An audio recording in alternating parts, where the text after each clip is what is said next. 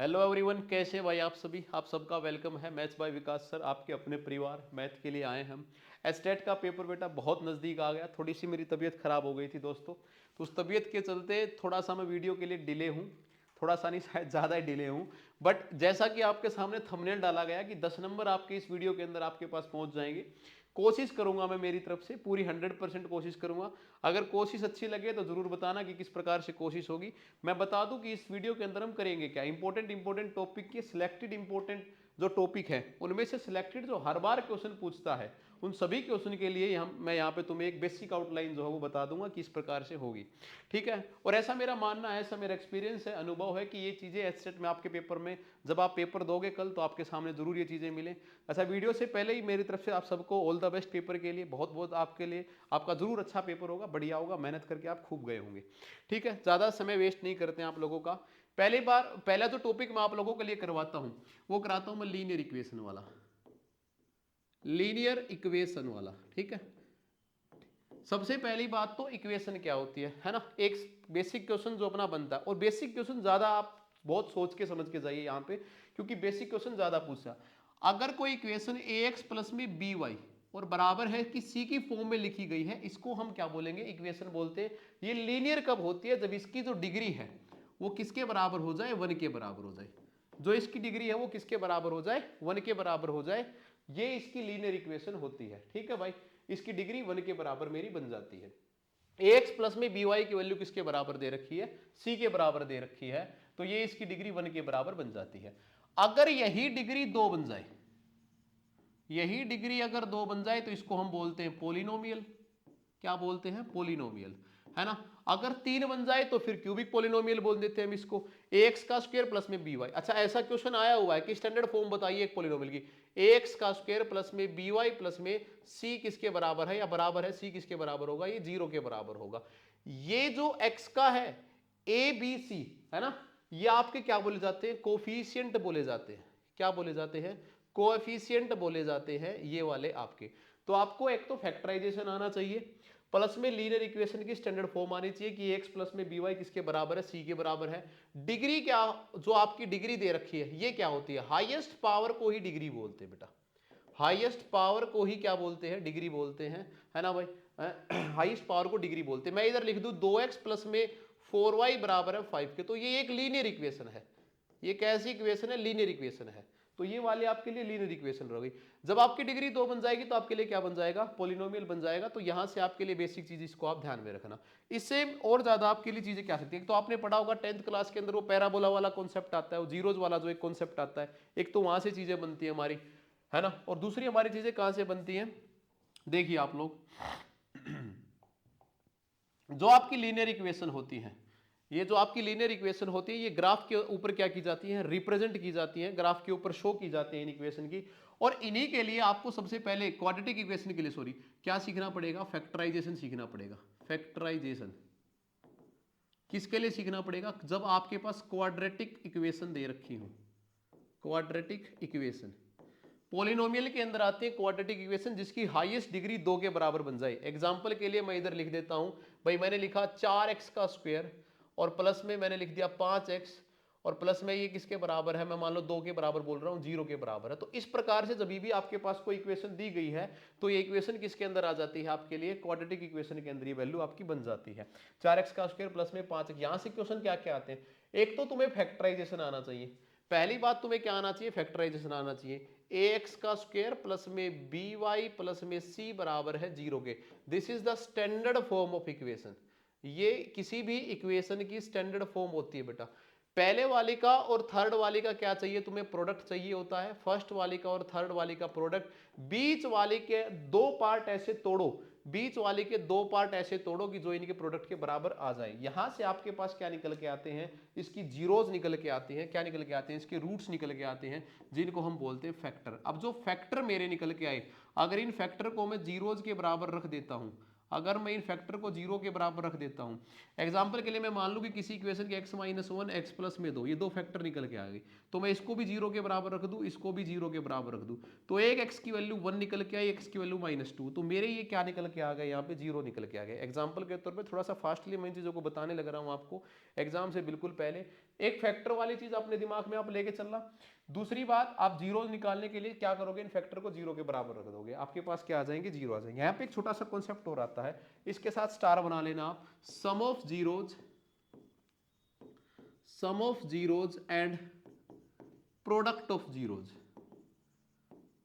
इसके साथ स्टार बना लेना। एक क्वेश्चन आपको यहां से देखने को मिल सकता है, सम ऑफ जीरोज माइनस में प्रोडक्ट ऑफ जीरो, जो कि मैंने अभी लिखा हुआ था कि ax का स्क्वायर प्लस में by प्लस में c किसके बराबर है, जीरो के बराबर है। a is the coefficient of x का स्क्वायर है ना, और b किसका कोफिशिएंट है, y का है, c किसका है। तो सम ऑफ जीरो की जब बात आती है तो ये होता माइनस का b अपॉन में a, और प्रोडक्ट की बात आती तो ये होता c अपॉन में। इसको लिख लेना, एक आपका डायरेक्ट क्वेश्चन यहां से आएगा, एक आपका डायरेक्ट क्वेश्चन यहां से आएगा, सम ऑफ जीरो किसके बराबर है, माइनस बी अपॉन में ए, प्रोडक्ट ऑफ जीरो किसके बराबर है, सी अपॉन में ए। एक आपको बहुत बेहतरीन क्वेश्चन मैं आपका बताता हूं, थोड़ा सा लेवल से उठ के, एक बहुत बढ़िया, काफी एसएससी के पेपर के अंदर भी क्वेश्चन पूछा गया है आपसे। अगर तुम्हें ये बोल दे कि भाई आप के पास कोई टू जीरोज है, आपके पास कोई टू जीरोज हैं, अल्फा एंड बीटा, तो वैल्यू निकालिए अल्फा 1 अल्फा प्लस में 1 बीटा। ये पेपर में आया हुआ क्वेश्चन है, बहुत फेवरेट क्वेश्चन है स्टेट का। मैं तुम्हें बहुत अच्छी बात बताने लग रहा हूं, थोड़ा सा ध्यान रखना, वीडियो में अंत तक जुड़े रहे, आपके 10 नंबर की गारंटी मेरी है ना, बहुत बढ़िया से। मैंने लिखा यहाँ पे अल्फा प्लस में बीटा, 1 अल्फा प्लस में 1 बीटा लिखा। मेरे पास इनका जो एलसीएम आएगा अल्फा इंटू बीटा आएगा, और ऊपर क्या आएगा, बीटा प्लस में अल्फा आएगा। इधर क्या यूज हो रहा है, दोनों कॉन्सेप्ट यूज हो रहे हैं। तुम्हारे पास सम ऑफ जीरोज भी है और तुम्हारे पास क्या है, प्रोडक्ट ऑफ जीरोज भी है, प्रोडक्ट ऑफ जीरोज भी है, ये भी है तुम्हारे पास, ठीक है मेरे भाई। बीटा प्लस में अल्फा अपॉन में, अब मेरे को पता है कि सर आपने अभी अभी बताया सम ऑफ जीरो किसके बराबर होता है, माइनस बी बाई ए के, है ना, और डिवाइड करना है मेरे को किससे, प्रोडक्ट से, यानी कि सी बाई ए से।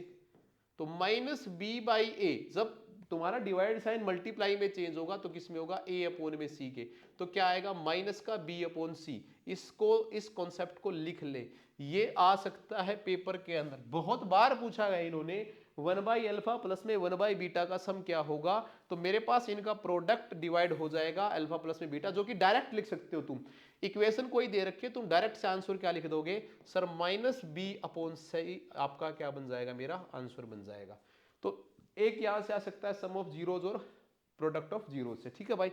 एक और तुम्हें बताता हूं मैं, जब तुम्हारे पास सम एंड प्रोडक्ट दे रखे हो, तो तुम्हें कह दे कि बताओ ये किस इक्वेशन के हैं, तुम्हें ये कह दे कि तुम्हारे पास सम एंड प्रोडक्ट दे रखे हैं और तुम्हें ये कह दे कि बताओ ये किस इक्वेशन के हैं, तो मेरे पास जो वैल्यू आती है किसके बराबर आती है, एस एक्स का स्क्वायर, है ना, किसके पास आती है, एस एक्स का स्क्वायर माइनस में, सॉरी एक्स, एस एक्स का स्क्वायर, एक मिनट भाई, एक्स का square minus S x plus में पी, एक्स का square minus S x plus में पी। ये पी क्या आ रहा है, प्रोडक्ट ऑफ जीरोज, पी क्या आ रहा है, प्रोडक्ट ऑफ जीरोज, अभी अभी करवाया मैंने। एस क्या आ रहा है, sum of zeros, sum of zeros ये आ रहा है मेरे पास, ठीक है भाई। और x का स्क्वायर हमें पता, x का यहाँ पे ये जरूरी नहीं कि हर बार x ही हो सकता है, वहां पे तुम्हें y स्क्वायर दे रखा हो, p स्क्वायर दे रखा हो, q स्क्वायर दे रखा हो, तो x इज यानी कोई भी वेरिएबल उसने वहां पे वो जो वैल्यू दे रखी है, तो एक ये लिख लेना तुम्हारे पास, है ना। तो तुम्हारे को जो भी दे रखा है, यहां से देखो बन वही रहा है, मैंने कहा x का स्क्वायर, और अभी अभी बताया था कि सम किसके बराबर होगा, माइनस बी अपॉन में a के बराबर होगा, और प्रोडक्ट c बाई में a के बराबर होगा। तो यहां पे मैं क्या लिखूंगा, माइनस माइनस प्लस बन जाएगा, यानी कि b अपॉन में a, x और p किसके बराबर, c अपॉन में a, ए तो सबके नीचे है, तो वापस से इक्वेशन क्या बन गई, ए एक्स का स्क्वायर प्लस में बी एक्स प्लस में सी, और ये तो हमने पढ़ा था, this is the standard form of equation. तो एक ये कॉन्सेप्ट आप याद रखना, मैंने अभी तक 3 कॉन्सेप्ट तुम्हें बताए हैं बेटा, sum of zeros, product of zeros वाले बताए हैं, minus b by a, c by a, alpha beta वाला बताया है मैंने, ये वाला बताया है, लीनियर इक्वेशन वाला मैंने तुम्हें बताया है कि किस प्रकार से होंगी, ठीक है। तो आप ये कर सकते हैं यहाँ से। अब यहीं पे चीजें, इन चीजों को साथ साथ नोट डाउन कर ले भाई, ज्यादा तुम्हारा टाइम वेस्ट नहीं करना चाह रहा, मेरे को पता है पेपर है तुम्हारा, ज्यादा समय तुम्हारा मैं बिल्कुल नहीं लूंगा, बस वो चीजें जो मेरे को लगता है कि ये जरूर एग्जामिनर तुमसे पूछ सकता है। इसके बाद जो लीनियर इक्वेशन हम पढ़ रहे थे ना, लीनियर इक्वेशन हम पढ़ रहे थे, इनके बीच में जो रिलेशन होते हैं या जिस प्रकार के ये सोल्यूशन हमें देते हैं, जैसे कि आप सबको एक 10th क्लास का चैप्टर याद होगा, वो पैराबोला वाला, कि जितनी बार वो पैराबोला काट रहा है एक्स एक्सिस को, उतने ही क्या आ रहे थे, नंबर ऑफ जीरोज आ रहे थे, ये सबने पढ़ा हुआ है है ना, वो पैराबोला उल्टा भी हो सकता है, वो पैराबोला किसी भी प्रकार का हो रहा था, तो जितने भी मेरे पास ये आ रहे थे इस प्रकार से चीजें बन रही थी। तो लीनियर इक्वेशन के अंदर जो सोल्यूशन होते हैं, एक हमारे पास टेबल है, हम इस टेबल को जब हम देखते हैं हमारे पास सारी चीजें आती है, इक्वेशन नंबर ऑफ इक्वेशन देगा वो, जैसे कि ax प्लस में by है ना प्लस में c बराबर है 0 के, इधर आ जाएगा a1x b1y प्लस में c बराबर है 0 के, इधर आ जाएगा कोई a2x प्लस में b2y प्लस में c बराबर है 0 के। ये सारी की सारी लीनियर इक्वेशन दे रखी है। तो 3 केस बनते थे हमारे पास, कितने केस बनते थे, 3 केस हमारे पास बनते थे। इन तीनों केस में से एक नंबर एचसेट को देना ही है, वो चाह के भी नहीं रख सकता। पहला केस था कि सर a1 बाई a2, मैं दो इक्वेशन की बात कर रहा हूं पहले, है ना, या मैं इसको काट रहा हूं, चलो इन दोनों इक्वेशन की बात कर रहा हूं मैं। a1 बाई a2 बराबर नहीं हो सर b1 बाई b2 के, या तो कंडीशन यही रुक जाए। दूसरी कंडीशन थी सर a1 बाई a2 तो बराबर हो जाए b1 बाई b2 के, बट ये बराबर ना हो c1 बाई c2 के। और तीसरी कंडीशन थी sir a1 by a2 equal to b1 by b2 equal to c1 by c2, ये तीनों बराबर हो। आपका जो पहले वाला केस है ये कोई एक यूनिक सोल्यूशन आपको देके जाएगा, ओनली वन सोल्यूशन देके जाएगा। और अगर एक सोल्यूशन है तो ग्राफ के ऊपर एक ही जगह लाइन कटेगी और इसी को बोलते हैं इंटरसेक्टिंग लाइन। इसी को क्या बोलते हैं, इंटरसेक्टिंग लाइन, ठीक है, इसी को क्या बोलते हैं, इंटरसेक्टिंग लाइन। जब आपका ये केस आता है तो कोई भी सोल्यूशन नहीं है, नो सोल्यूशन। अगर कोई सोल्यूशन नहीं है तो लाइन कहीं मिली ही नहीं, यानी कि लाइन कैसी बन गई, parallel, the line are parallel, line कहीं पे मिली ही नहीं जब आप इनका ग्राफ बनाओगे। जब आपके पास तीसरा केस आ रहा है तो लाइन आर कोइंसिडेंट, यानी कि एक के ऊपर ही एक लाई करती है, एक के ऊपर ही एक लाई करती है, और इसी को बोलते हैं इनफाइनाइटली मेनी सोल्यूशन। बहुत सारे सोल्यूशन होंगे इस प्रकार से, इसके ये वाली चीजें दे रखी है। तो भाई बात समझ में आई कि नहीं, मैंने कहा लीनियर इक्वेशन, इससे पहले मैं माफी चाहूंगा, क्वाड्रेटिक इक्वेशन में आपको जल्दी करवा गया, लीनियर इक्वेशन मेरे को पहले करवाना चाहिए था, लेकिन कोई बात नहीं, हमारा होना चाहिए, नंबर आने चाहिए अपने को। a1x b1y प्लस में c किसके बराबर है 0 के, a2x प्लस में b2y किसके बराबर है 0 के, मैंने ऐसा लिख दिया। कोई भी मान लो यहाँ पे a1 by a2 not equal to b1 by b2, एक ही सोल्यूशन है, लाइन कहीं ना कहीं पे इंटरसेक्ट करेंगी। ये a1 बाई a2 बराबर है b1 बाई b2 के, और ये नॉट इक्वल है c1 बाई c2 के, तो कोई भी सोल्यूशन नहीं है, नो सोल्यूशन। आगे क्या कह रहा है, इनफाइनाइटली मेनी सोल्यूशन। इन तीनों को आप रख लेना, ठीक है, इनके क्या होंगे, सोल्यूशन निकलेंगे। तो एक मेरे पास ये आ गई। उसके बाद पक्का स्टार बना लेना भाई, एक चीज मैं लिखवा रहा हूं यहाँ पे, है ना, हमने इसकी सीरीज ही बनाई होगी, अगर किसी को स्क्रीनशॉट लेना हो शायद ये रही, देखो मैंने कुछ एग्जांपल भी इसके अंदर डाल दिए हैं। जैसे कि ये मेरी पहली इक्वेशन थी, ये मेरी दूसरी इक्वेशन है, तो ये इसके साथ ये a1 है और ये क्या है a2 है, ये क्या है b1 है, ये क्या है b2 है, ये क्या है c1 है और ये क्या है c2 है, ये वाली चीज दे रखी है। आपने कंपैरिजन किया a1 बाई a2 का, क्या आया मेरे पास 1/3 आया। अच्छा कुछ बच्चे ना साइन को छोड़ देते हैं, या कुछ मेरे साथी ऐसे हैं जो साइन को छोड़ दे, साइन छोड़ना नहीं है, देखो माइनस आया तो माइनस मैंने साथ ले लिया, कोई दिक्कत नहीं है। यहां से मेरे पास क्या केस बन गया है कि a1 by a2 not equal to b1 by b2। अगर ऐसा, मैंने अभी अभी बताया था कि क्या होगा, इंटरसेक्टिंग लाइन, यानी कि लाइन कहीं ना कहीं कटेंगी, और लाइन कहीं कटेंगी तो कितने सोल्यूशन है, एक, एग्जैक्टली वन सोल्यूशन होगा। कैसा सोल्यूशन होगा, वन सोल्यूशन होगा। उसके बाद a1 by a2 b1 by b2, अभी भी बताया था, कोइंसिडेंट लाइन, लाइन के ऊपर लाइन, अरे सारे ही तो सेट हो रहे हैं, 2/4 3/6 9/8, सबका मतलब क्या है 1/2 1/2 1/2, यानी कि इनफाइनाइटली मेनी सोल्यूशन, बहुत सारे सोल्यूशन होंगे। और तीसरा case parallel line, no solution.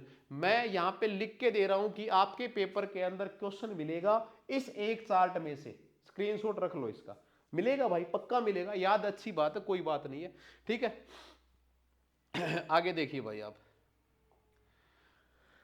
आगे देखिए, आप यहीं पे एक और चीज सीखे, स्लोप ऑफ इक्वेशन निकालना, स्लोप ऑफ इक्वेशन निकालना। स्टार बना रहा हूं इसके साथ भी, मैं जितने भी पॉइंट लिखूंगा उन सारे बातों के ऊपर आपके लिए नंबर तो आने हैं दोस्त, है ना, नंबर आएंगे। ये जो जितने भी वीडियो आपकी बने, ये आपके लिए एक बहुत बेहतरीन वीडियो बनने वाली है।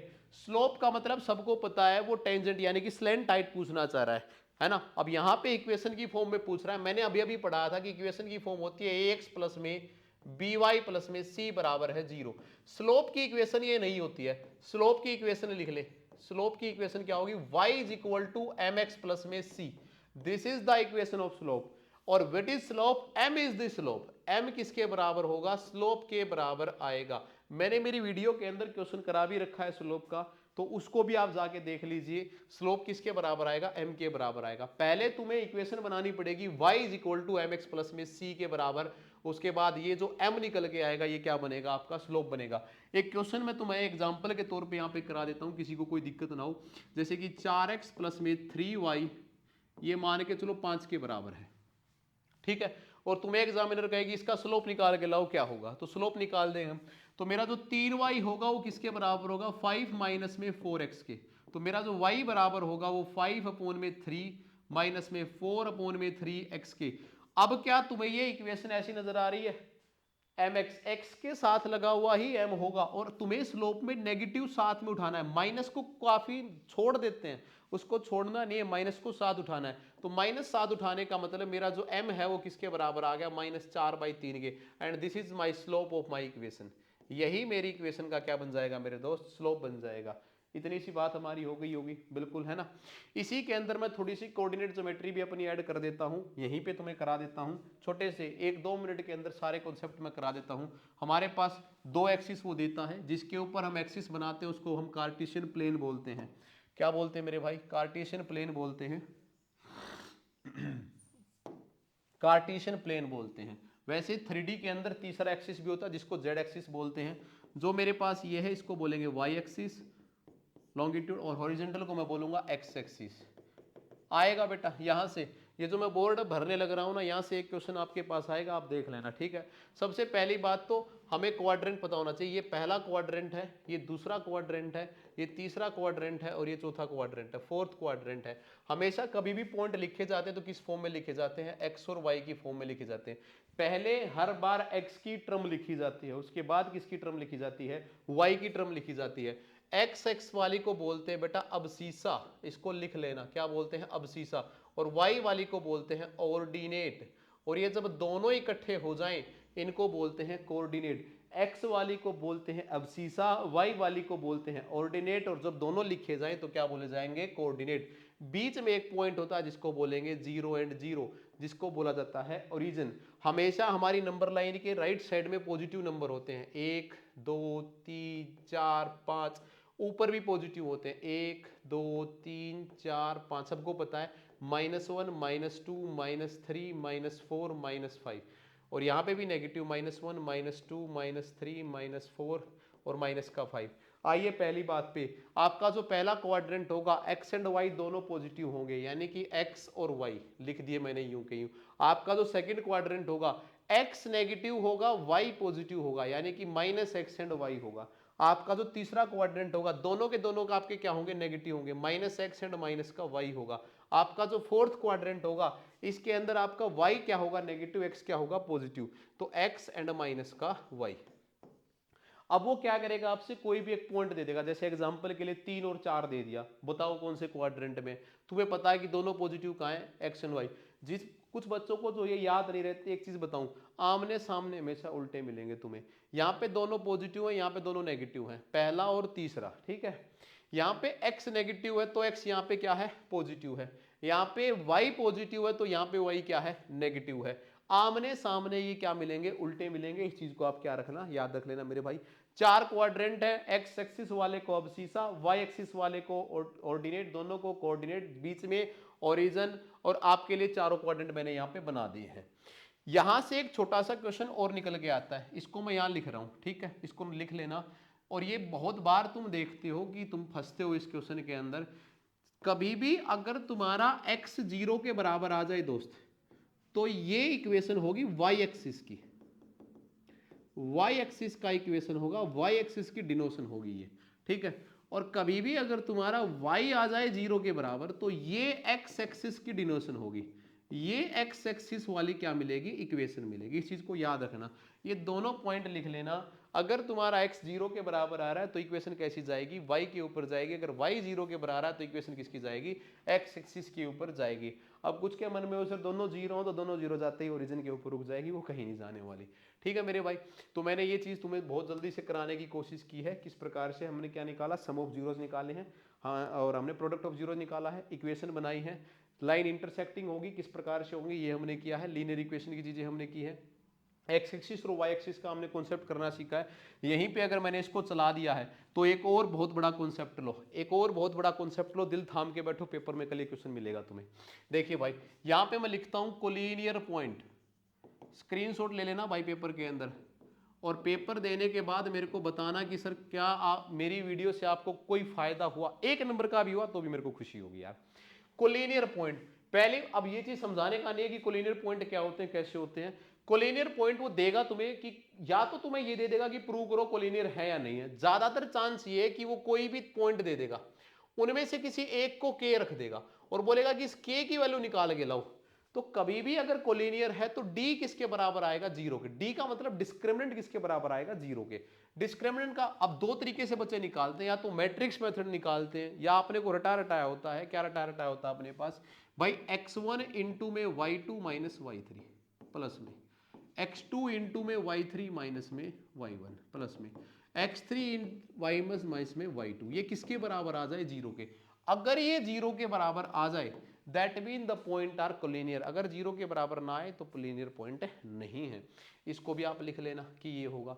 इसी के बाद मैं यहाँ पे लिखवा देता हूँ तुम्हें डिस्टेंस फॉर्मूला, ये कोऑर्डिनेट ज्योमेट्री चला दी है, डिस्टेंस फॉर्मूला। थोड़ा सा स्पीडली चल रहा हूँ भाई मैं, क्योंकि मेरे को पता है कि आपका समय बहुत कीमती है, मैं ज़्यादा वेस्ट नहीं करूँगा बेकार में।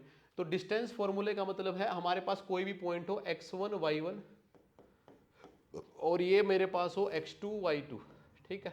तो डिस्टेंस फॉर्मूला क्या होगा, x2 माइनस में x1 का स्क्वायर प्लस में y2 माइनस में y1 का स्क्वायर अंडर दी रूट, ये इनका क्या निकलाएगा, डिस्टेंस निकलाएगा। आसान है, एक नंबर में आ सकता है। तीसरा तुम्हारे पास मिड पॉइंट फॉर्मूला पूछ सकता है, mid point formula, mid point formula. तो मिड पॉइंट फॉर्मूला अगर मैं लिखूं एक्स वाई और इधर मैं लिखूं x2 y2, इनका मिड पॉइंट क्या होगा इनके बीच में, यानी कि x1 प्लस में x2 डिवाइड बाई 2, ये तो आसान है, y1 प्लस में y2 डिवाइड बाई में 2। तो ये तुम्हारा क्या निकलाएगा, मिड पॉइंट फॉर्मूला। तीन चीजें बोर्ड के ऊपर लिख रखी है मैंने। कोलिनियर पॉइंट कब होंगे, जब आपका दिया गया ये डिस्क्रिमिनेंट किसके बराबर आ जाए, जीरो के बराबर आ जाए। कुछ कुछ तुम्हें ये हाफ ऑफ ट्रायंगल का एरिया नजर आएगा जो जीरो के बराबर आ जाए। Distance formula x2 minus x1 का स्क्वायर प्लस में y2 माइनस में y1 का स्क्वायर अंडर दी क्या कर देना, तुम्हें रूट कर देना है। मिड पॉइंट फॉर्मूला मेरे पास ये आ गया है। एक चीज और लिखे बेटा, है ना, और बहुत बढ़िया से, सेक्शन फॉर्मूला, सेक्शन फॉर्मूला।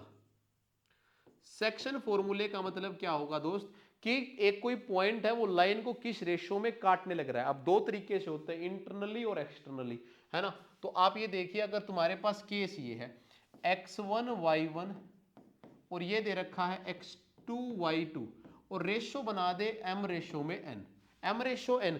अब तुम्हारे पास दोनों चांस है, हो सकता है कि वो ये रेशियो दे दे या हो सकता है वो पॉइंट दे दे। यहाँ पे कोई पॉइंट हो जिसको ये दोनों काटने लग रहे हैं, किस रेशियो के अंदर काटने लग रहे हैं। तो x की वैल्यू यहाँ से क्या है, मैं मान लेता हूँ कि यहाँ पे चलो p एंड क्यू मान लेता हूँ कि ये पॉइंट रहे होंगे, ठीक है। तो जो p आएगा वो क्या रहेगा, mx2 प्लस में nx1 डिवाइड बाई में m प्लस में n। ऐसे ही जो मेरा q आएगा वो क्या आएगा, mx2 my2 प्लस में ny1 डिवाइड बाई में m प्लस में n। अगर ये तो सर इंटरनली है, आउटरनली हो तो, एक्सटर्नली हो तो इस प्लस की जगह क्या आ जाएगा, माइनस आ जाएगा, बाकी मेरा कुछ नहीं आएगा। स्लोप मैंने निकालना सिखा दिया तुम्हें, है ना। और मैंने तुम्हें ये निकालना सिखा दिया कि कौन सी लाइन पैरेलल होगी, कोइंसिडेंट होगी, किस प्रकार से। उसके बाद हमने क्या सीखा, डिस्टेंस फॉर्मूला सीखा, origin, abscissa, ordinate, coordinate, quadrant सब सीख लिया हमने। कितना फास्टली सीख रहे हैं हम, है ना। ये चीजों को ध्यान रखना।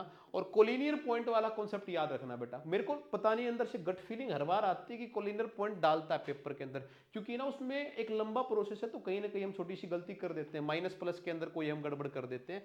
तो मेरे पास ये मैंने पॉइंट को क्या बना दिया, रेशियो के अंदर बना दिया। ये मेरा क्या हो गया, सेक्शन फॉर्मूला हो गया, ठीक है। अब वो तुमसे पूछ लेता है कि रूट वगैरह निकालने के लिए बताओ कि इसके रूट कैसे होंगे। तो रूट के लिए भी हमने डाला था कि किस प्रकार से रूट होंगे। तो ये लिख लो, एक टेबल आपके सामने आ रही है, two distinct root are equal 20। मैंने इक्वेशन की फॉर्म लिखवाई थी, ax का स्क्वायर प्लस में by प्लस में c किसके बराबर आ रहा है, जीरो के बराबर आ रहा है। तो रियल रूट अगर है तो आपका जो बी स्क्वायर माइनस 4ac ये किसके बराबर आना, बड़ा आना चाहिए, जीरो से बड़ा आना चाहिए। भाई आपने डी निकाला, डिस्क्रिमिनेंट निकाला, बी का स्क्वायर माइनस में 4ac, अगर ये 0 से बड़ा है तो रियल रूट है, तो रियल रूट एग्जिस्ट करेंगे। ठीक है भाई, अगर ये आपका 0 के बराबर, अब ये सबसे ज्यादा आपके लिए फेमस है, ये ज्यादा आएगा, अगर 2 इक्वल रियल रूट है तो ये वैल्यू किसके बराबर आएगी, 0 के। इक्वेशन देगा आपको, क्वाड्रेटिक इक्वेशन देगा आपको, बोलेगा कि रियल रूट है, तो आपको ये बी स्क्वायर माइनस में 4ac किसके बराबर रख देना है, 0 के बराबर रख देना है। आपको ये वाला केस याद रखना है, मैं फिर कह रहा हूं ये इंपॉर्टेंट केस है। सेकंड वाला केस जो है आपके लिए कैसा केस है, इंपॉर्टेंट केस है। तो वीडियो का पहला फेज मैं यहां पे खत्म करता हूं, जिसके अंदर मैंने तुम्हें लीनियर इक्वेशन, क्वाड्रेटिक इक्वेशन, और मैंने तुम्हें यहां पे क्या बताया, कोऑर्डिनेट ज्योमेट्री के कुछ कॉन्सेप्ट बताने की यहां पे कोशिश की। इन 3 चीजों के साथ मैं यहां वीडियो के पहले फेज के ऊपर आपको मैं ये खत्म करता हूं। सेकंड आपके लिए बता देता हूं मैं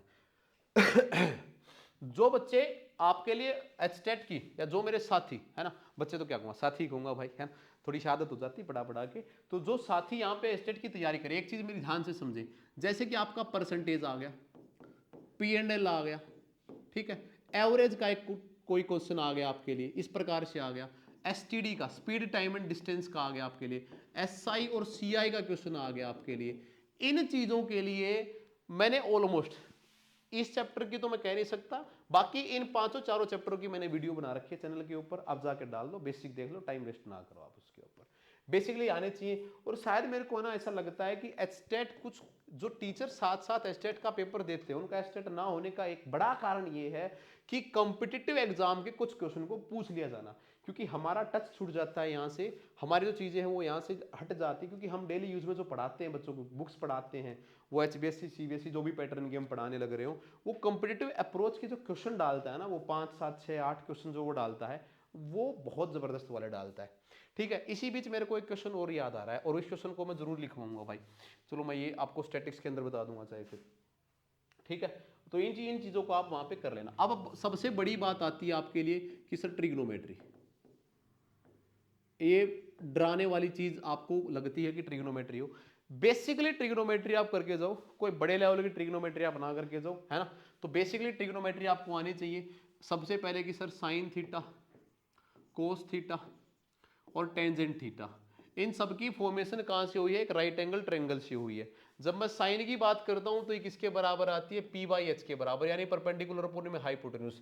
जब ये कोस थीटा की बात होती है तो बेस अपोन में H के बराबर आती है, और जब टेंजेंट थीटा की बात होती है तो P/B के बराबर आती है। एग्जाम्पल के तौर पर मेरे पास कोई एक ट्रायंगल दे देगा वो, है ना, वो जानबूझ के करता है, कुछ को ये पढ़ने नहीं आते, ये जो थीटा होता है ना, मान के चलो वो साइन A बोले, दैट मीन वो A के ऊपर वाला एंगल तुमसे बात कर रहा है, B के वाला बोले तो B वाली बात कर रहा है। अब तुम्हें कहते कि भाई ये मान के चलो ये 8 है, ये 6 है, तो ये 10 निकलेगा, ट्रिपलेट हमें पता है किस प्रकार से 6 8 10 हमारे ट्रिपलेट होंगे। तो एक कॉन्सेप्ट तुम्हें ये पता होना चाहिए। अब देखो साइन की वैल्यू यहां से क्या निकलेगी, मान के चलो मैंने साइन को सबको A के ऊपर लाई करवाया है, तो साइन की सबकी वैल्यू क्या निकलेगी भाई, ये बेस हो गया, इसके लिए ये परपेंडिकुलर हो गया। तो यहां पे तुम्हें इस प्रकार से बिल्कुल जो बेसिक कॉन्सेप्ट है भाई, sine theta cos theta tangent theta, वो इस प्रकार से P/B B/H P/B। इसी का उल्टा, साइन का उल्टा क्या बनता है तुम्हारे पास, कोसिकेंड बनता है, और कोस का उल्टा क्या बनता है, सीकेंड बनता है, और टेंजेंट का उल्टा क्या बनता है, कोट बनता है। यानी कि ये बनेगा H/ में P, ये बनेगा H/ में B, और ये बनेगा B/ में P, ये उल्टा बन जाएगा तुम्हारे पास। ठीक है भाई, इस प्रकार से। उसके बाद तुम्हारे को जो वो टेबल है वो याद होनी चाहिए, कौन से वाली टेबल भाई, साइन की वैल्यू, कोस की वैल्यू, टेंजेंट की वैल्यू। देखो ये याद करने के लिए 0 30 45 60 90 डिग्री, हम सबने एक चीज की हुई है हमारे साथ, क्या किया हुआ है सर, 0/4, ठीक है जी, 1/4, 2/4, 3/4 और 4/4। अब इनको क्या करना है, रूट बनाना है मेरे को, तो मैंने रूट बनाया, ये रूट बनाया, तो मेरे पास ये 0 निकल के आई मेरे पास, ये मेरे पास 1/2 निकल के आया, ये मेरे पास क्या निकल के आया, 1 में √2 निकल के आया, ये √3/2 निकल के आया, ये 1 निकल के आया, ये साइन की वैल्यू हो गई। एक ही तो याद रखनी है अपने को, है ना, आगे वाली तो अपने आप आएंगी। साइन की ये है तो कोस की मैं इससे पीछे से कर दूं, यानी कि यहाँ पे 1 आ जाएगा, यहाँ पे √3/2 आ जाएगा, यहाँ पे 1/√2 रहेगा, यहाँ पे 1/2 रहेगा, यहाँ पे 0 रहेगा। ठीक है, अब टेंजेंट की जब बात करूंगा तो साइन अपॉन में कोस कर लूंगा मैं। तो टेबल बनाने का भी अपना एक मेथड है, थोड़ी सी याद हो बढ़िया है, आपको जल्दी जल्दी आप पेपर के अंदर कोई क्वेश्चन कर पाओ बहुत अच्छा है। जैसे पिछली बार आ रखा था साइन 30 इंटू में कोस 45, ये आ रखा था पेपर के अंदर। तो सिंपल आपको पता होता तो 1/2 और इंटू में 1 में √2 यानी कि 1 अपॉन में 2√2। तो कोई भी एक क्वेश्चन एक नंबर का छोटा सा क्वेश्चन यहाँ से हल्का सा बन सकता है। उसके बाद एक कॉन्सेप्ट जो कि मैं सबसे इंपॉर्टेंट मानता हूं कि सर साइन 90 माइनस थीटा ये कोस थीटा के बराबर होगा, और आपका इसी प्रकार से सेक 90 माइनस थीटा कोसिकेंट थीटा के बराबर होगा सर, और इसी प्रकार से टेंजेंट 90 माइनस थीटा ये किसके बराबर होगा, कोट थीटा के बराबर होगा। और उल्टा भी यही होता है, कोस 90 माइनस करोगे तो साइन आ जाएगा, कोस सेक 90 माइनस करोगे तो सेक आ जाएगा, कोट 90 माइनस करोगे तो क्या आ जाएगा, टेंजेंट आ जाएगा। तो आपको एक छोटा सा कॉन्सेप्ट याद होना चाहिए। 3 इक्वेशन है हमारे पास, साइन का स्क्वायर थीटा प्लस में कोस का स्क्वायर थीटा ये किसके बराबर है, 1 के बराबर है। ये तो ऐसी इक्वेशन है जो कि पेपर के अंदर बहुत बार तुमसे पूछी जाएगी भाई, ठीक है। उसके बाद सीकेंड का स्क्वायर थीटा माइनस में टेंजेंट का स्क्वायर थीटा ये किसके बराबर है, 1 के बराबर है। ये पहली इक्वेशन है, ये दूसरी इक्वेशन है, और हमारे पास 3 इक्वेशन हमारे पास दी गई थी ना। पहली दी गई है साइन का स्क्वायर थीटा प्लस में कोस का स्क्वायर थीटा किसके बराबर है, 1 के बराबर है। दूसरी दी गई है सेक स्क्वायर थीटा माइनस में टेंजेंट स्क्वायर थीटा किसके बराबर है, 1 के बराबर है। आगे दी गई है कोसिकेंट स्क्वायर थीटा ये बराबर है, या इसको भी 1 माइनस में कोट स्क्वायर सीकेंट स्क्वायर बना लो, कोसिकेंट स्क्वायर थीटा 1 माइनस में कोट स्क्वायर थीटा, कोट का स्क्वायर थीटा, ठीक है मेरे भाई। कोसिकेंट स्क्वायर थीटा 1 माइनस में कोट का स्क्वायर थीटा। इन तीनों में से कोई भी एक इक्वेशन आपको पेपर के अंदर छपी मिलेगी।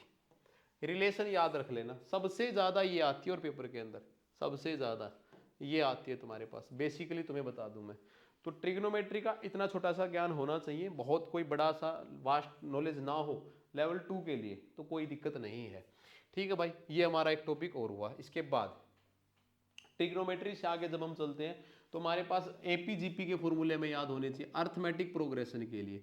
तो सिंपल है, सम ऑफ टर्म निकालने के लिए, सम ऑफ टर्म्स निकालने के लिए क्या होता है, एस एन बराबर होगा एन बाई में 2 ए प्लस में एन माइनस में 1 इंटू डी के बराबर। Sum of n term, s n का तो पता है, एन का मतलब क्या होगा, number of term, number of term. A का मतलब फर्स्ट टर्म, फर्स्ट टर्म, और डी का मतलब कॉमन डिफरेंस, कॉमन डिफरेंस। ये वाली चीज मेरे पास आई। एक चीज और होती है यहीं पे, a n is equal to या फिर l is equal to a plus में एन माइनस में, ए एन बोल लो या एल बोल लो, ए प्लस में एन माइनस में 1 इंटू डी। इसका मतलब क्या है कि कोई लास्ट टर्म तुम्हें दे रखी है और इसके बारे में ये तुमसे पूछना चाह रहा है। तो a n is equal to या ए इज इक्वल टू या l is equal to a plus में एन माइनस में 1 इंटू डी। ये भी नंबर ऑफ टर्म निकालने के लिए हम क्या करते हैं, यूज करते हैं। छोटी सी बात और तुम्हें बता दूं मैं, अगर कोई सीरीज दे रखी है, अगर कोई सीरीज दे रखी है तो भाई पहली टर्म अगर ए है तो दूसरी टर्म बनेगी ए प्लस में डी, ठीक है, ए प्लस में डी। तो तीसरी टर्म कितनी बनेगी, ए प्लस में 2d, याद रखना इसको। फोर्थ टर्म कितनी बनेगी, ए प्लस में 3d। तो ये चलने का एक सीरीज आती है। एक क्वेश्चन कोई भी अर्थमेटिक प्रोग्रेशन से एपी से डायरेक्ट फॉर्मूला बेस्ड क्वेश्चन आपके लिए पेपर में आएगा, सिर्फ आपके पास ये फॉर्मूला लिखा हुआ होना चाहिए, ठीक है भाई। जब फॉर्मूले की बात आती है तो हमारे पास बहुत बड़ी चीज एक आती है मेंसुरेशन, जिसमें सब फंसते हो। मेंसुरेशन, मेंसुरेशन का कोई भी फॉर्मूला आप नहीं छोड़ सकते हो, बहुत इंपॉर्टेंट है मेरे हिसाब से। अगर आपको वेस्टेट का पेपर निकालना है तो मेंसुरेशन आनी बहुत जरूरी है। मैं कोशिश करूंगा बहुत जल्दी जल्दी आपको बताने के लिए। सबसे पहले स्क्वायर लेके चलते हैं। सबको पता है स्क्वायर का एरिया ए का स्क्वायर होता है, पैरामीटर 4 ए होता है। डायगोनल का लिख लो, नहीं मिलेगा तुम्हें याद। डायगोनल होता है √2 इंटू ए, और अगर डायगोनल दे रखा हो स्क्वायर का यानी कि डी दे रखा हो, एरिया निकालना हो तो किसके बराबर आएगा, डी का स्क्वायर अपॉन में 2 के बराबर। सेकंड लिख रहा हूं रेक्टेंगल का, भाई ये मैं बता दूंगा बाद में, कभी बहुत प्यार से क्लास लूंगा, मेरा बहुत पसंदीदा टॉपिक है। मेंसुरेशन बड़े अच्छे से फॉर्मूले बता दूंगा मैं, कहाँ से निकल के कैसे निकल के आए। मेरा बहुत वन ऑफ फेवरेट है, ऐसा करवाने का मेरा मन भी नहीं करता है कभी, बस एग्जाम से पहले आप लोगों के लिए है। एरिया सबको पता है L इंटू बी, पैरामीटर है 2 इंटू एल प्लस में बी। यहाँ पे भी डायगोनल नहीं पता होगा तो लिख लेंगे, डायगोनल किसके बराबर होगा, अंडर द रूट एल का स्क्वायर प्लस में बी का स्क्वायर, इसके बराबर आपका डायगोनल निकल आएगा। ठीक है मेरे भाई, स्क्वायर से क्यूब बनी थी और रेक्टेंगल से क्यूबॉइड बना है, इनके लिए बेसिक चीजें याद रखो। एक क्यूब के फेस कितने होते हैं, 6। एक क्यूब के वर्टाइसिस कितने होते हैं, 12। और एज भी कितनी होती है, 12, है ना। एक क्यूब के फेस कितने होते हैं मेरे भाई, 6। वर्टाइसिस 12 नहीं, कितने होंगे, 4 और 4 8। कोने यानी कि कोने कितने होंगे, 8। 8 कोने होंगे ना, 1 2 3 4, 4 और 4 8, ठीक है।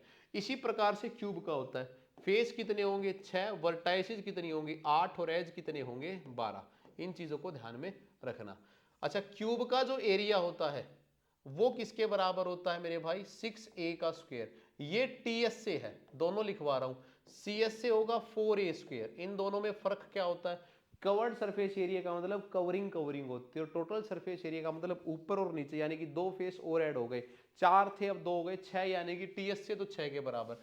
अच्छा, क्यूब की वॉल्यूम किसके बराबर, वॉल्यूम का मतलब कैपेसिटी, ये a की क्यूब के बराबर आएगी। ठीक है मेरे भाई, क्यूब का डायगोनल किसके बराबर होगा, डायगोनल जरूर लिख ले, √3 इंटू में a के। अपनी नोटबुक में चिपका लो, सुबह पेपर के अंदर आएंगे, 10 मिनट रिवीजन कर लो, काम खत्म है। ठीक है मेरे भाई, और ये आ गया क्यूबॉइड आपका। क्यूबॉइड का एरिया सबसे पहले ts से लिखता हूं मैं, 2 into l b plus b h plus में HL। और अगर CSA की बात करूंगा तो किसके बराबर आएगा मेरे भाई, ये आपका होगा 2H इंटू में L प्लस में B के बराबर, 2H इंटू में L प्लस में B के बराबर। इसमें से एक बार और ये भी पूछ लेता है, कई बार, बहुत बार मैंने देखा है। यहाँ पे इस फॉर्मूले की तुम्हें एक बात बता देता हूँ, 1 सेकंड तुम्हारी ले लेता हूँ मैं। मैंने बहुत बार ये देखा है कि वो पैरामीटर दे देता है किसी रेक्टेंगल का और साथ में हाइट दे देता है, तो बच्चे इसको कंफ्यूज कर पाते हैं। अगर पैरामीटर हमें पता है 2 इंटू एल प्लस बी क्या है पैरामीटर, तो इसको मैं दूसरी फॉर्म में भी लिख सकता हूँ, h इंटू में p, यानी कि p का मतलब क्या है, पैरामीटर है। और इसका जो डायगोनल होगा वो क्या होगा, अंडर द रूट एल का स्क्वायर प्लस में b का स्क्वायर प्लस में h का स्क्वायर। और इसकी जो वॉल्यूम होगी वो किसके बराबर आएगी, L into b into h के बराबर। ये 4 हो गए हमारे यहाँ पे, है ना। इनका स्क्रीनशॉट लेना है, कुछ लिखना है, लिख लीजिए आप, इसको देख लीजिए। इससे आगे जो हमारे लिए इंपॉर्टेंट आता है वो आता है सिलेंडर। वो क्या आता है हमारे पास, सिलेंडर आता है। एक सिलेंडर के नीचे सर्कुलर क्या होता है, बेस, ऊपर भी सर्कुलर होता है, एक रेडियस होती है, रेडियस यूनिफॉर्म होती है, ये हाइट है, ये आर है। जब इसका CSA की बात की जाएगी तो इसके सिर्फ कवरिंग की बात की जाएगी, ऊपर और नीचे की बात नहीं की जाएगी। तो curved surface area, curved surface area ये किसके बराबर आएगा, 2πRH के बराबर आएगा, यानी कि circumference of a circle into में हाइट के बराबर आएगा। जब TSA की बात की जाएगी टोटल, तो नीचे वाला ये भी ऐड हो जाएगा एक सर्कल, और ऊपर वाला एक सर्कल ये ऐड हो जाएगा, तो यानी कि 2πRH प्लस में 2πR का स्क्वायर, और इसी को हम लिखते हैं 2πR इंटू R प्लस में H। इसकी यही फॉर्म होती है। और इसकी जो वॉल्यूम होती है बेटा वो किसके बराबर होती है, πR का स्क्वायर, H के बराबर इसकी वॉल्यूम होती है सिलेंडर की। ये 3 फॉर्मूले सिलेंडर के लिए। यहीं पे एक छोटा सा बना देता हूँ कौन आप लोगों के लिए, समय की कमी है आपको भी और मेरे को भी। ठीक है भाई, इसको हम बोलते हैं L, L का मतलब स्लैंट हाइट, इसको R, और इसको हम क्या बोल देंगे, इसकी हाइट। तो ये मेरे पास स्लैंट हाइट और L बना मेरे पास। ठीक है, जब मैं कोण कर रहा हूं तो कोण का भी एक CSA होगा, और CSA किसके बराबर होगा, πR L के बराबर होगा, πR इंटू में L के बराबर ये चीज आएगी। L का मतलब क्या है, मेरी स्लैंट हाइट दे रखा है। और जब मैं इसका TSA निकालूंगा तो मेरी πR L इंटू प्लस में πR का स्क्वायर, और इसी को मैं लिखता हूँ πR इंटू में L प्लस में R। ये जितनी स्पीड से मैं लिख रहा हूँ ना, इतनी स्पीड से तुम्हें याद होनी चाहिए, तब जाके पेपर निकलेगा, नहीं तो नहीं निकलता भाई। और इसकी जो वॉल्यूम होती है वो इसकी वॉल्यूम का 1/3 होती है। पेपर में डायरेक्ट क्वेश्चन भी पूछा गया पिछली बार कि दोनों का रेशियो बता दो कितना होगा, है ना। डायरेक्ट क्वेश्चन यहाँ पे लिख देता हूँ मैं स्टार बना के, कि सिलेंडर की और कोण की जो वॉल्यूम है तो ये किसके बराबर होती है, 3:1 के बराबर होती है। ये पेपर में डायरेक्ट क्वेश्चन आया हुआ था। 1/3 πR का स्क्वायर, H इसके बराबर दे रखी है।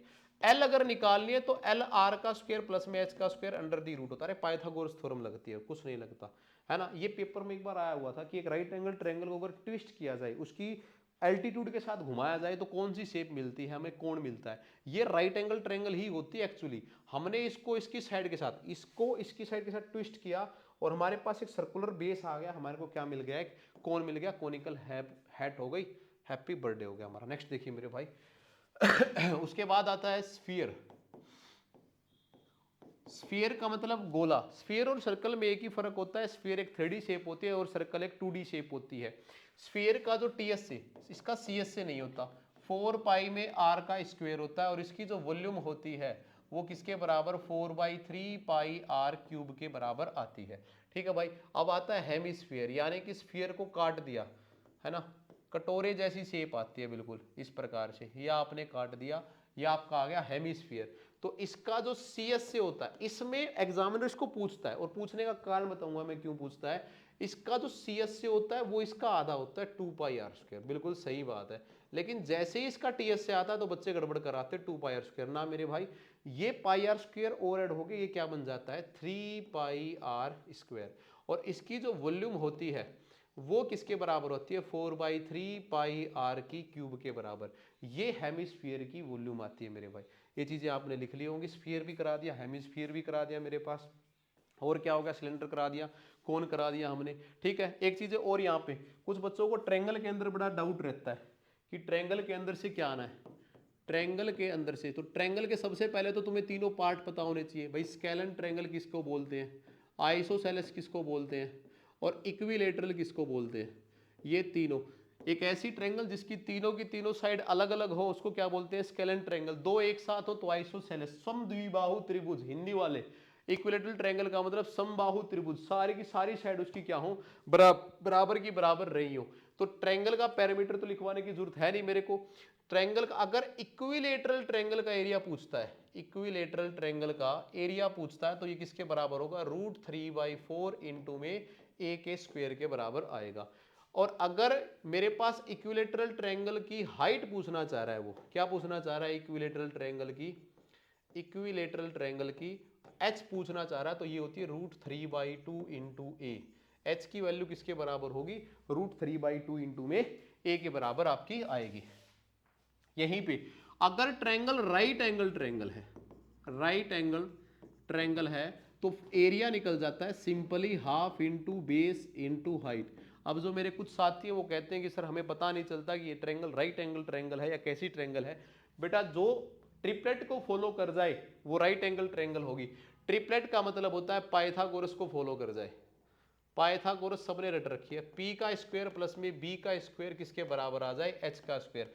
परपेंडिकुलर प्लस में बेस का स्क्वायर किसके बराबर आ जाए, हाइपोटेन्यूज का स्क्वायर। इतनी स्पीड से पढ़ा रहा हूं मैं, तुम्हें स्पीड बढ़ाने की जरूरत नहीं पड़ेगी यूट्यूब के ऊपर, है ना, तुम्हारा काम भी आसान कर रहा हूं मैं। Half into base into height इसका होता है, पाइथागोरस को फॉलो कर जाए तो ये लगा दो सीधा। उसके बाद हीरो वाला फॉर्मूला है ना, हीरोन्स फॉर्मूला, इसका मतलब क्या होता है, एस इंटू एस माइनस में ए, एस माइनस में बी और एस माइनस में सी। अब ये एस क्या होता है, सेमी पैरामीटर, सेमी पैरामीटर यानी कि पैरामीटर का आधा। p/2 को क्या बोलते हैं, सेमी पैरामीटर यानी कि पैरामीटर का आधा। तो ये हीरोन्स फॉर्मूला एरिया निकालने के लिए हम यूज कर सकते हैं।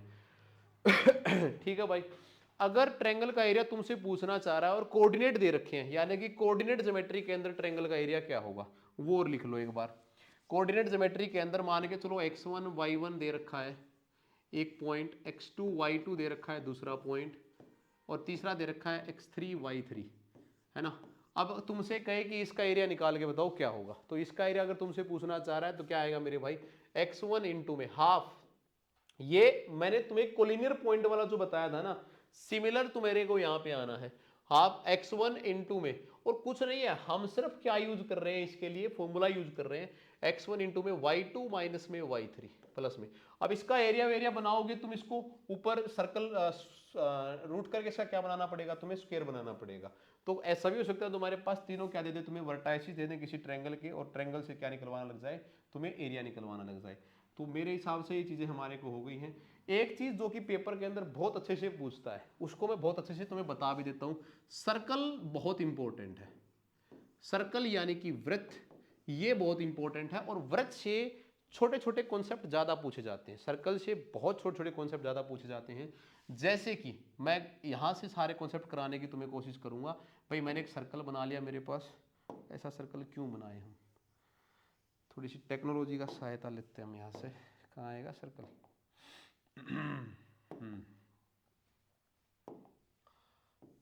ये तो बना बना भाई,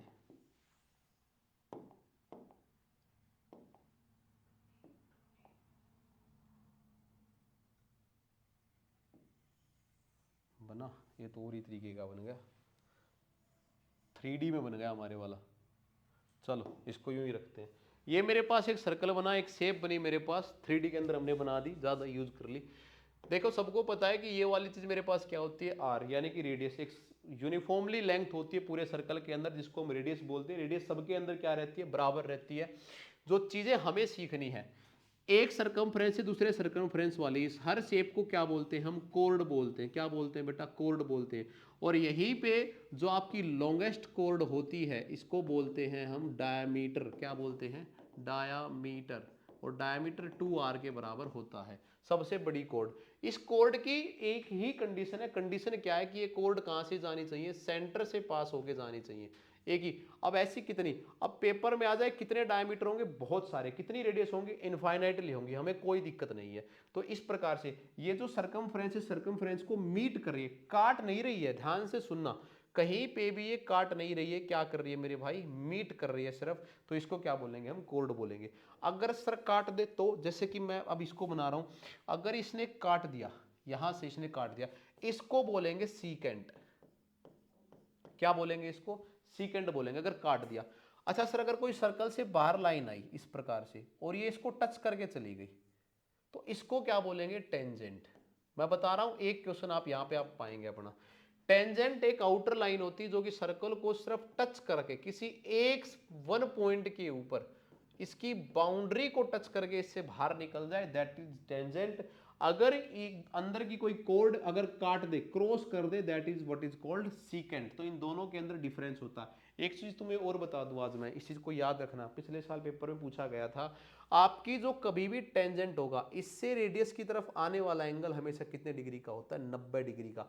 ऑलवेज बी 90 डिग्री। इस चीज को आप याद रखना भाई, ठीक है। मैंने क्या कहा, अगर कोई सर्कल है, इस सर्कल को अगर कोई छू के लाइन चली गई बाहर की बाहर, तो वो क्या बन गया तुम्हारा, टेंजेंट। अगर क्रॉस करके जा रही है तो क्या बन गया तुम्हारा, सीकेंट बन गया। दो चीजें याद रखना। कोर्ड क्या होगी, आपने अंदर से अंदर की कोई बाउंड्री को मिला, दिस इज कोर्ड। अगर आपने कोई सेंटर से पास कर दिया किसी कोर्ड को, दैट मीन वो क्या बन गई तुम्हारे लिए, डायमीटर आपके लिए बन गई। अब कुछ चीजें और आती हैं, और इसमें क्या होता है कि भाई मेरा सेगमेंट और मेरा सेक्टर कौन सा होगा, ये और मेरे को बता दीजिए। दो आपके पास सपोज करो ये सेंटर है, आपके पास ये आर हो गई, ये आर हो गई, दो रेडियस, ये आर हो गई। दो रेडियस के बीच वाला जो एरिया आपके पास आ गया, इसको बोलते हैं सेक्टर। क्या बोलते हैं भाई, सेक्टर बोलते हैं। और जिसको ये जो अंदर की तरफ रह गई ना, ये वाली, जिस जहाँ पे मेरा व्हाइट मार्कर है, इसको बोलते हैं आर्क। क्या बोलते हैं इसको, आर्क। कहीं से भी सर्कमफ्रेंस के एक आर्क को काट लिया गया, इसको क्या बोलेंगे, सेक्टर बोलेंगे। ये जो छोटे वाला है इसको बोलेंगे माइनर सेक्टर, और इस बड़े वाले को बोलेंगे मेजर सेक्टर।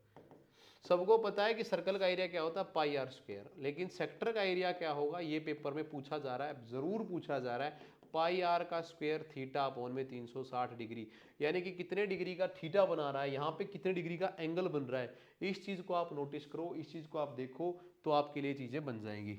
और सर्कल के अंदर हमारे लिए इंपॉर्टेंट क्या है, हमने सेक्टर पढ़ लिया, कोड पढ़ ली, टेंजेंट पढ़ लिया, सीकेंट पढ़ ली।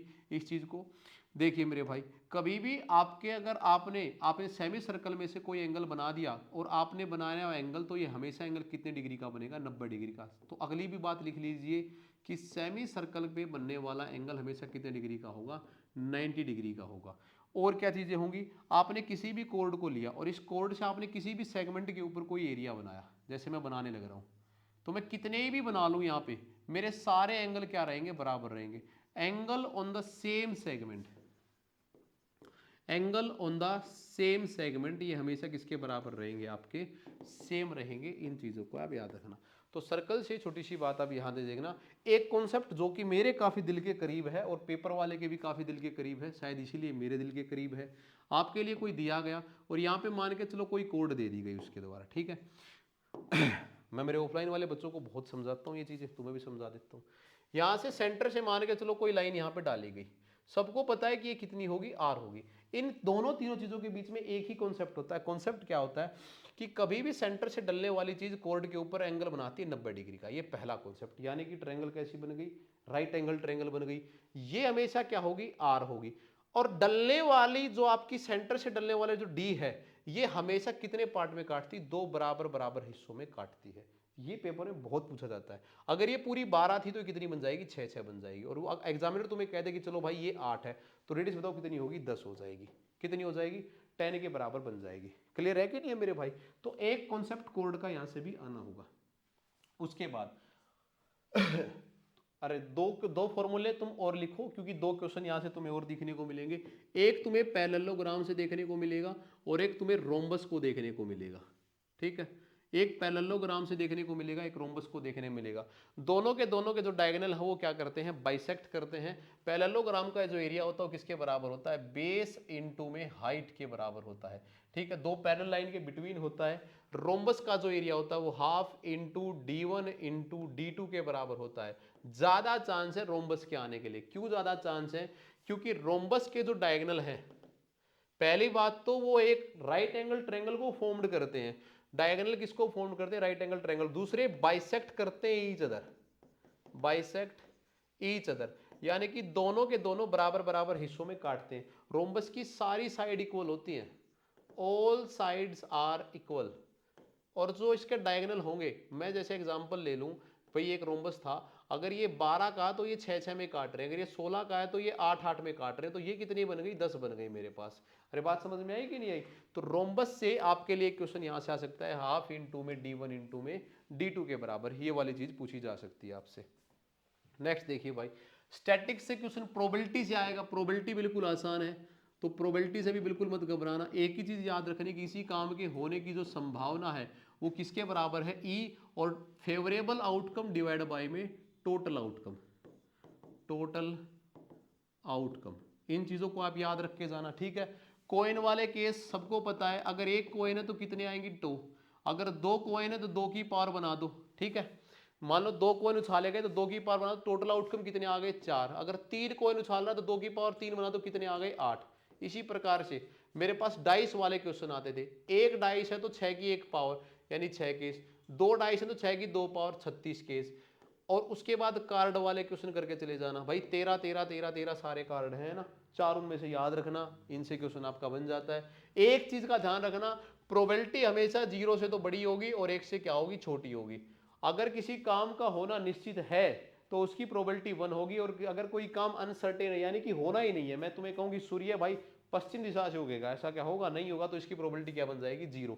तो किसी काम के होने की और ना होने की प्रोबेबिलिटी किसके बराबर होगी, 0 के बराबर। सेकंड कॉन्सेप्ट है, किसी काम के होने और किसी काम के ना होने की जो प्रोबेबिलिटी है किसके बराबर आएगी, 1 के बराबर। पीई प्लस में पी नोट ई, ये किसके बराबर आ जाएगी, 1 के बराबर आ जाएगी। तो तुम्हें दे सकता है कि किसी काम के होने की, जैसे मैं कह दूं कि कोई काम होगा, इसकी प्रोबेबिलिटी है 0.6, तो ये बताओ ये काम नहीं होगा, इसकी प्रोबेबिलिटी क्या होगी, तुम कह दोगे सर 0.4, क्योंकि आपने कहा था सम किसके बराबर आना चाहिए, 1 के बराबर आना चाहिए। तो एक सिंपल क्वेश्चन प्रोबेबिलिटी से हम कर लेते हैं।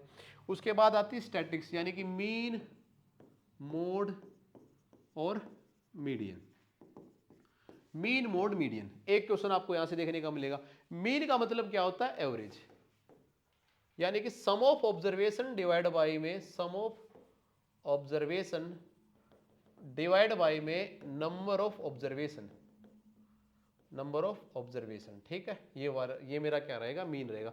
मोड जो कि सबसे ज्यादा बार आवृत्ति को शो कर रहा है, सबसे ज्यादा बार रिपीट हो रहा है, रिपीटेड वैल्यू को, मोस्ट रिपीटेड वैल्यू जो है, मोस्ट रिपीटेड वैल्यू जो है उसको क्या बोलते हैं, मोड बोलते हैं। मीडियन का मतलब बिल्कुल मिडिल टर्म, बीच वाली वैल्यू को हम क्या बोलते हैं, मीडियन बोलते हैं। एक क्वेश्चन यहां से बहुत फैंटास्टिक आता है, और मैं इसका आंसर चाहूंगा आपसे कमेंट बॉक्स में, कि इन तीनों में से ऐसी कौन सी वैल्यू है जो कि ग्राफ के ऊपर शो नहीं कर सकते हम। मीन, मोड, मीडियन में से इन तीनों में से कौन सा हम ग्राफ के ऊपर शो नहीं कर सकते, we can not on the graph. ये शायद बहुत चर्चित क्वेश्चन है इस टॉपिक का, मीन इसका आंसर आएगा। मैं दिल में रखना नहीं चाह रहा, कल को पेपर में आ जाए तो मेरे को गाली देते हो, सर बता देते, मीन इसका आंसर आएगा। अक्सर मोड लगा के आते हो, नहीं भाई, मीन को कैलकुलेट करना पड़ेगा तुम्हें। किससे कैलकुलेट करना पड़ेगा? इस वाले फॉर्मूले से तुम्हें कैलकुलेट करना पड़ेगा कि सम ऑफ ऑब्जर्वेशन किसके बराबर है? नंबर ऑफ ऑब्जर्वेशन के बराबर है। यहाँ पे इनके बीच में एक रिलेशन भी है। रिलेशन किसको दिखा रहा है कि मोड जो होगा वो किसके बराबर होगा? 3 मीन माइनस में 2 मीडियन के बराबर होगा। 3 मीन माइनस में 2 मीडियन के बराबर मेरा क्या आ जाएगा? मोड आ जाएगा। तो ये इसका पिछले साल भी पेपर में आया हुआ था क्वेश्चन, 2019 या 21 के अंदर भी शायद आ रखा हो पेपर के अंदर। तो ये भी आप इनका कॉन्सेप्ट याद रख लेना, मीन मोड मीडियन। अच्छा एक चीज और लिखो यहीं पे, रेंज भी लिखो, है ना। Range of data, range of data क्या होगी? आपकी सबसे बड़ी वैल्यू जो है, बिगेस्ट टर्म माइनस में smallest term, this is range. मैंने कोई डाटा लिखा, उसकी सबसे बड़ी वैल्यू माइनस में सबसे छोटी वैल्यू, ये तुम्हारी क्या निकाल के लाएगी? रेंज निकाल के लाएगी। दो बातें और यहीं पे सीखे मेरे भाई। आप सबने डाटा देखा होगा मीन वगैरह निकालने के लिए, तो इसमें आपके पास बहुत सारी चीजें आती हैं, जैसे कि class interval, class limit, upper class, lower class, ठीक है। ये सारी चीजें आपके पास इस प्रकार से आती है। Class interval, class limit, upper class, lower class, ये सारी चीजें आपके पास होती है। देखो जैसे कि मैं कोई डाटा दे दूं, मैं कह दूं भाई 0 से 20 साल के मेरे पास 5 बच्चे हैं, 20 से 40 साल के मेरे पास 20 बच्चे हैं। इस प्रकार से मैं कोई भी डाटा दे दूं। क्लास इंटरवल क्या होता है? इनका गैप, यानी कि कितने का गैप लेके चल रहा हूं मैं? 20-20 का गैप लेके चल रहा हूं, ठीक है। अपर क्लास कौन सी होती है? इन दोनों में से बड़ा कौन सा है? 20 बड़ा है। अपर क्लास इसकी कौन सी है? 40 बड़ा है। तो अपर क्लास का मतलब ऊपर वाली वैल्यू, लोअर क्लास का मतलब नीचे वाली वैल्यू। और जो आपका क्लास लिमिट होता है, जो आपका क्लास लिमिट होता है, ये अपर क्लास प्लस में लोअर क्लास और डिवाइड बाय में क्या होता है? 2 के बराबर होता है। इसको लिख लेना भाई, अपर क्लास प्लस में लोअर क्लास डिवाइड बाय में 2 के बराबर आपकी वैल्यू आती है। और बाकी ऐसा कौन सा टॉपिक रहेगा? कंपटीटिव एग्जाम के जो टॉपिक हैं वो आप कंपटीटिव एग्जाम के अप्रोच से ही करना, जैसे रेशियो हो गया, प्रोपोर्शन हो गया, और इस प्रकार से अलजेब्रा का छोटा मोटा जरूर करके जाना भाई। आइडेंटिटीज तुम्हें याद हो, अलजेब्रा की आइडेंटिटीज तुम्हें जरूर याद हो। इनको एक बार अपने गो थ्रू अपने दिमाग से एक बार निकाल लेना, किस प्रकार से अलजेब्रा की आइडेंटिटीज हमारे पास जाएंगी, ठीक है। बाकी तो करवाने को बहुत सारी चीज़ें हैं, लेकिन उम्मीद करता हूँ कि पेपर के अंदर जो मैंने 5, 7, 10, 15 चीज़ें करवाई हैं ये आपके पास ज़रूर मिल जाएं। जो हमने ये थंबनेल अपनी मेहनत से लगाया था कि 10 नंबर आपके यहाँ से आ जाए, ये ज़रूर तुम्हें मिले। फॉर्मूले ज़रूर करके जाना, मेंसुरेशन के एक एक फॉर्मूले तुम्हारे लिए इंपॉर्टेंट है। मीन मोड मीडियन करा दिया, किया क्या क्या हमने? लीनियर इक्वेशन किया हमने, है ना, क्वाड्रेटिक इक्वेशन कर ली हमने, क्वाड्रेटिक इक्वेशन कर ली, मेंसुरेशन के सारे फॉर्मूले कर लिए हमने इस क्लास के अंदर, वैसे बहुत जल्दी कर लिए हमने। अच्छा स्टैटिक्स कर ली हमने, स्टैटिस्टिक्स कर ली हमने, एपी के बता दिए जो भी आनी थी। अच्छा प्रॉफिट लॉस परसेंटेज जो इस वाले क्वेश्चन है ये सारे डाल रखे हैं, आप चैनल के ऊपर जाओ देखो, इनके बेसिक भी देख लोगे तो भी डिस्काउंट वगैरह सारे डाल रखे हैं मैंने, जो जो मेजरली आपके यहाँ पे आते हैं इन चीज़ों को आप एक बार जाके चेक कर लो। और उम्मीद है आपके यहाँ से पेपर आए। पेपर के लिए wish you all the best. आप सबको मेरी तरफ से जो आपका पेपर होने वाला बहुत अच्छा होगा, टेंशन ना लीजिए। और मेरा कुछ फ़ायदा हो पेपर में तो बताना मेरे को, थैंक यू बोल के। थैंक यू, वेलकम भाई, सो मच।